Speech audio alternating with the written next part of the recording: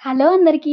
This is తిరు. ఈరోజు నేను చేసే రెసిపీ మీరు ఎప్పుడైనా ట్రై చేస్తే టేస్ట్ ఎలా ఉందో మీకు కామెంట్ చేయండి. రెసిపీ కోసం ముందుగా రైస్ని 2 కప్స్ తీసుకుని శుభ్రంగా కడుక్కుని నానబెట్టుకున్నాను. మెయిన్గా కావాల్సింది కొత్తిమీర, పుదీనా, పచ్చిమిర్చి నేను కొంచెం తక్కువగానే 2 స్పూన్స్ కారం యాడ్ చేద్దామని. వాటితో పాటు ఒక ఆనియన్ తీసుకున్నాను, ఒక టమోటా తీసుకున్నాను. ప్రాసెస్ చూసేద్దామా? స్టవ్ ఆన్ చేసుకుని మందపాటి కడాయి పెట్టుకోవాలి. ఆయిల్ కొంచెం ఎక్కువగానే పడుతుంది. నెయ్యి కూడా యాడ్ చేశాను. నూనె వేడైన తర్వాత బిర్యానీ దినుసులు మొత్తం యాడ్ చేసుకోవాలి.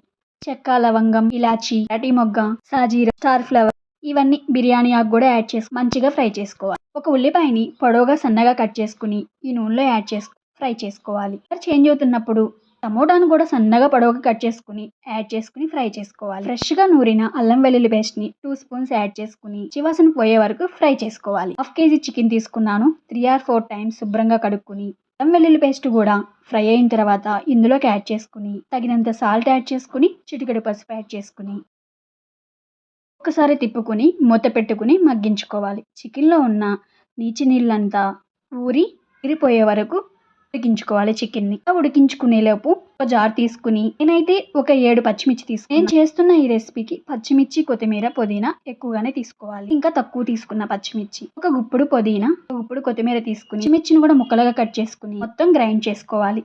కొంచెం వాటర్ పోసుకుని మెత్తగా గ్రైండ్ చేసుకోవాలి. ఈలోపు చికెన్లో ఉన్న వాటర్ అన్ని ఊరి ఎగిరిపోయినాయి. ఒకసారి తిప్పుకుని మూత పెట్టుకుని మళ్ళీ మగ్గించుకోవాలి. నూనె పైకి తేలే వరకు మగ్గించుకున్న దాంట్లోకి 2 స్పూన్స్ కారం యాడ్ చేశాను. మీ ఇష్టం, పచ్చిమిర్చి ఎక్కువ తీసుకుంటే కారం యాడ్ చేసుకోవద్దు. గ్రైండ్ చేసుకున్న ఈ కొత్తిమీర పేస్ట్ని కూడా యాడ్ చేసుకుని చక్కగా తిప్పుకుని ఉడికించుకోవాలి. కొత్తిమీర పేస్ట్ పచ్చివాసన పోయే వరకు ఉడికించుకోవాలి. ఇప్పటికే అర్థమైపోయి ఉంటుంది కదా రెసిపీ ఏంటో.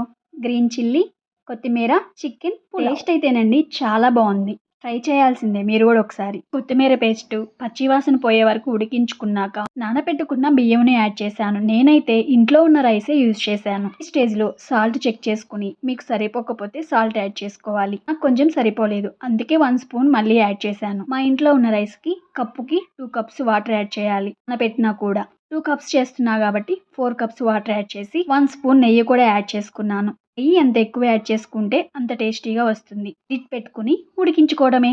నేనైతే ఇలా చేయడం ఫస్ట్ టైం. ఇప్పుడు పులావ్ అంటే విజిల్ పెట్టి ఉడికించుకునేదాన్ని.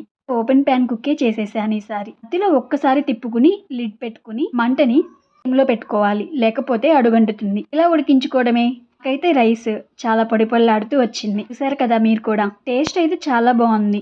దొన్న బిర్యానీ అంటారు కదా, ఆ టేస్ట్ వచ్చింది. ఈ రెసిపీ ఏంటంటే కొత్తిమీర, green chilli, chicken pulao. Raita కూడా అవసరం లేదు, ఉట్టిగా తినేసేయచ్చు. ఎప్పుడు ట్రై చేయకపోతే మీరు ఒకసారి ట్రై చేయండి. ఎలా ఉందో కామెంట్ చేయండి.